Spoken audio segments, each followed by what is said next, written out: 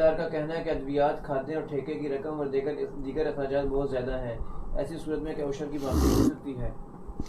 جی، سوال ہے کہ کسانوں کے اوپر پیداوار حاصل کرنے کے لیے جو اخراجات آتے ہیں وہ بہت زیادہ ہیں آج کل، جن میں کھاد ہوتی ہے، سپرے ہوتی ہے، کٹائی، گہائی، بجائی، ان سب کے اخراجات اٹھتے ہیں، تو یہ بہت زیادہ ہیں۔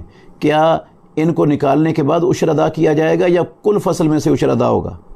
محترم ناظرین کرام، اللہ رب العالمین نے جو چیز نکالنی تھی نا وہ بذات خود نکال دی ہے۔ عشر کا معنی ہوتا ہے 10واں حصہ پیداوار کا۔ اللہ نے پانی کی مشقت کی وجہ سے عشر کو آدھا کر دیا ہے، 10ویں کی بجائے 20واں حصہ کر دی ہے۔ اگر پانی بندہ ٹیوب ویل سے لگاتا ہے تو اس میں سے 20واں حصہ دینا ہوتا ہے۔ نہری پانی ہے یا برساتی پانی ہے، بارانی زمین ہے، تو اس کی پیداوار میں سے 10واں حصہ ہوتا ہے عشر۔ اور اگر ٹیوب ویل وغیرہ کا سے پانی لگایا جاتا ہے تو پھر 20واں حصہ دیا جاتا ہے۔ پروردگار نے پانی کی مشقت کی وجہ سے عشر کو آدھا کر دی ہے۔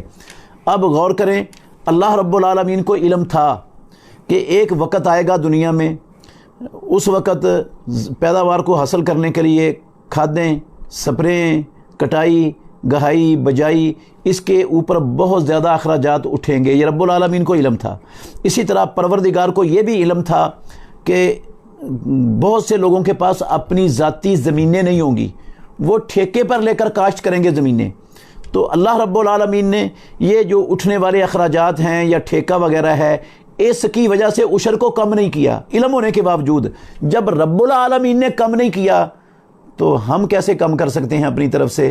ان چیزوں کو کی وجہ سے عشر کو کیسے منہا کیا جا سکتا ہے؟ ان چیزوں کو اگر یہ منہا ہونی ہوتی تو جس طرح پانی کی وجہ سے رب نے عشر کم کر دیا ہے، ان کی وجہ سے بھی کم کر دیتا۔ رب العالمین سے تو کوئی چیز مخفی تھی نہیں، تو اللہ نے جب نہیں کیا تو یہ کسی کو حق نہیں ہے کہ وہ منہا کرے، کیونکہ اللہ رب العالمین نے فرمایا یا ایھا الذین آمنوا انفقوا من طیبات ما کسبتم ومما اخرجنا لکم من الارض، جو کچھ ہم نے تمہارے لیے زمین سے پیدا کیا اس میں سے اللہ رب العالمین کا حق ادا کرو، خرچ کرو اس میں سے۔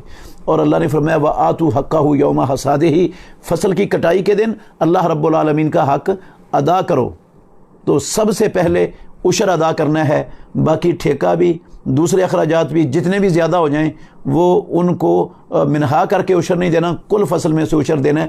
اور ذمہ کو چاہیے، ہر مسلمان کو یہ چاہیے کہ وہ اللہ کا جو حق ہے جو رب العالمین نے ہمارے اموال میں مقرر کیا ہے وہ دل کی خوشی سے ادا کرے۔